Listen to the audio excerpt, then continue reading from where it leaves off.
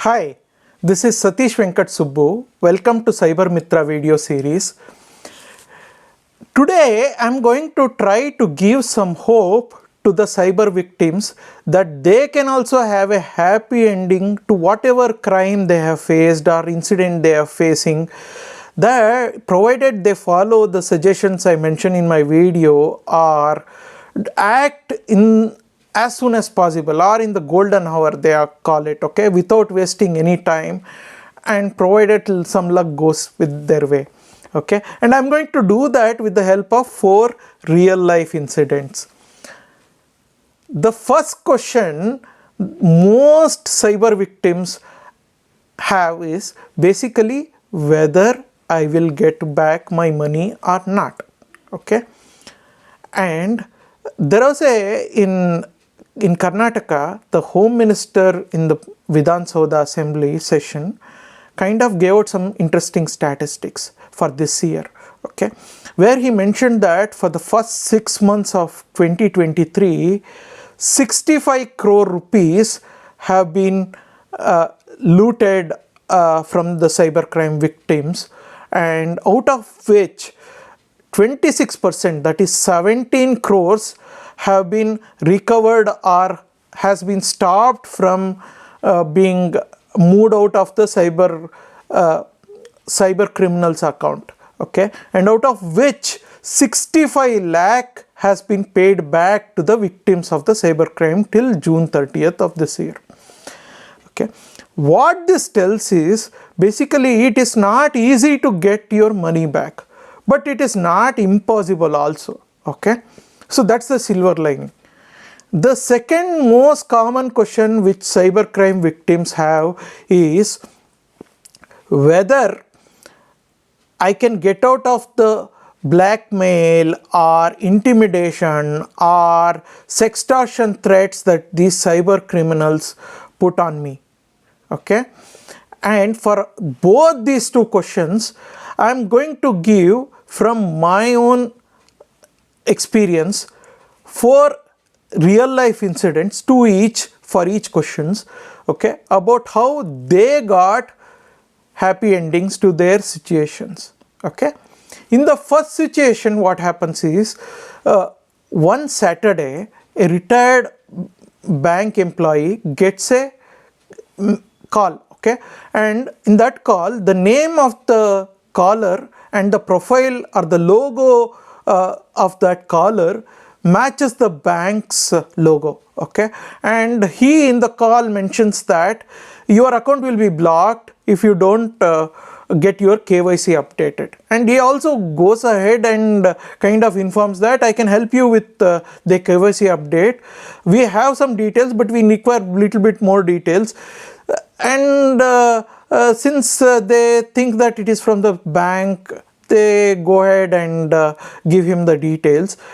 There he asks for their debit card numbers associated with that account. Okay, the person happily gives that account number, and later he kind of mentions that okay, now I updated it, and then you will get a OTP for KYC. Please do let me know the OTP. With that I will be able to complete the KYC update.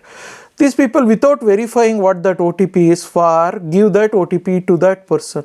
Okay, and then that guy closes the call saying that your KYC update, all good. And only when they get a message, SMS message, that 1 lakh rupees has been debited from their account, they realize that they have been fallen a victim to impersonation and social engineering cybercrime. Okay, since they have been reading my columns or watching my videos, they immediately call cyber helpline 1930 and lodge a complaint there, and they also call their bank and block the account.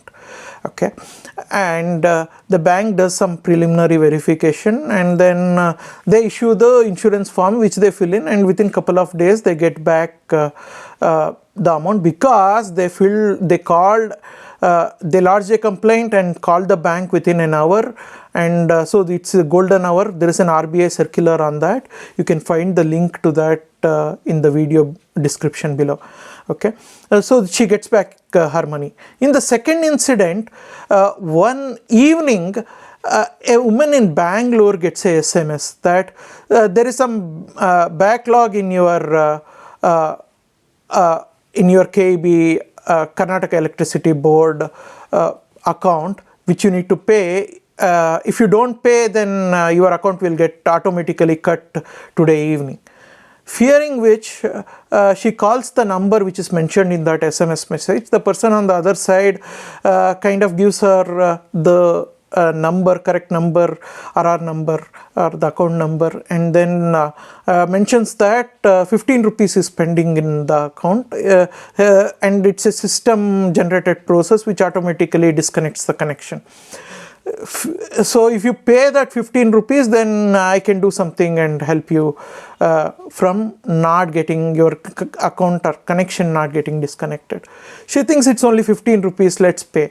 And she agrees, and he gives a hyperlink and also kind of gives her a link to the software which you install from the Play Store, and there he mentions that you install this software through which I can help you through the process. She agrees and then installs, and he only helps her to kind of configure and give him access. And after that, she clicks on that hyperlink and pays that 15 rupees through the internet banking. Okay, so he cuts the call saying that everything is good, and then only when she gets the message that 75,000 rupees instead of 15 rupees has been debited from her account, she realizes that she has become a victim of social engineering and impersonation cybercrime. Okay. She has been a regular reader of my article, and then also kind of consults me, and then immediately calls 1930 helpline, and then lodges a complaint. And then also she calls the bank and blocks the account. Since she has given the account details or use the internet banking with remote control app installed and all, the bank insurance does not work. But the police on investigation finds out that the amount had been credited to a Uttar Pradesh electricity company power connection account, and they follow that account details and then call the account holder of that person and for inquiry. Okay, that guy gets scared and calls this lady and says that if please close that FIR, I will pay back. And then on consultation with the police, she kind of agrees for that and gets her money completely credited back. So so thereby it ends in a happy note. In the third incident, a chartered accountant based out of Mumbai, he is young, he is looking for an alliance. So in a matrimonial site, he comes across a profile, he likes it, and they touch base with each other, talk to each other, exchange WhatsApp number. In the first WhatsApp call itself, she asks him, let's do a video chat. And then he agrees, and then in the first couple of minutes of video chat itself, she starts undressing. Okay, this guy gets panicked and then cuts the call. Next day itself, he starts getting sextortion calls from that number, and he finds about my column and talks to me, and then calls the police and lodges a complaint with them. And also, based on the suggestion, he does not respond back to any of the calls, nor pay them any money or yield to them. So after a couple of days, these calls stop coming and troubling him. Okay, so there goes another happy ending. In the fourth incident, a photographer from Mysore, okay, out of his urgent need, gets a 15,000 rupees loan for 10 days duration from one of the online banking loan app, okay, which apparently is out of Chinese origin, we come to know later. Okay, and then they deduct the interest and then pay him some money. And but from 8th day onwards, they call him and start troubling him to pay back the full money.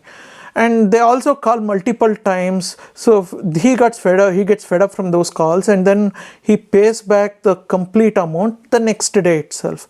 But the calls won't stop. Okay, they call him and threaten him that if you don't, to pay him extra, if you don't pay, then we will send you morphed pictures of yours to your friends and relatives. All kind of threatening messages they kind of give. I had written about this Chinese loan app and sextortion in one of my columns, and also made 2 videos on them. Please check that out in the playlist. So he calls up the cyber helpline and then lodges a call, and as per the suggestion, he also ignores their call, and within couple of days they also stop calling him and bothering him. So these are the 4 incidents where they got a happy ending. So here let's look at what all the things they did right and what all the things they did wrong. So let's look at what are the things they did wrong first. Okay, see, first what they did wrong is, every article I almost specify that for every digital transactions you follow the principle of patience, zero trust and zero authentication or no authentication. Okay, what this basically means is that for every digital transaction or conversation, you don't react, respond.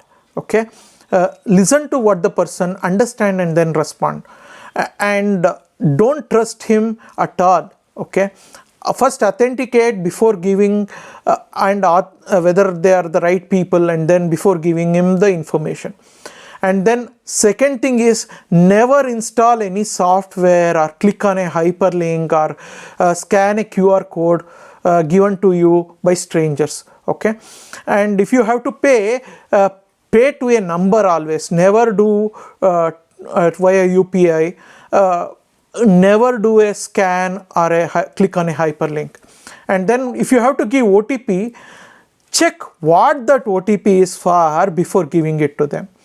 And what are the right things they did? One is they called within the golden hour cyber helpline number 1930 and bank and blocked the accounts. And the most important thing is that they didn't panic, and they followed the suggestions given by the lawyer and the police, and then didn't respond nor yield to the other person for their threats. Okay, if you also follow the suggestions given, okay, you may also, with luck going your way, you may also get a happy ending to whatever situation you are in. Okay, if you liked whatever I have told, and if you think this is going to help somebody, give them hope, please do share it with them. And also please like and subscribe to this video and to my video channel, YouTube channel. You will get, I do publish once a week, and so you get to know about that video as soon as it gets published. Okay, next week I will come back with another cybercrime story. Till then, have a good day.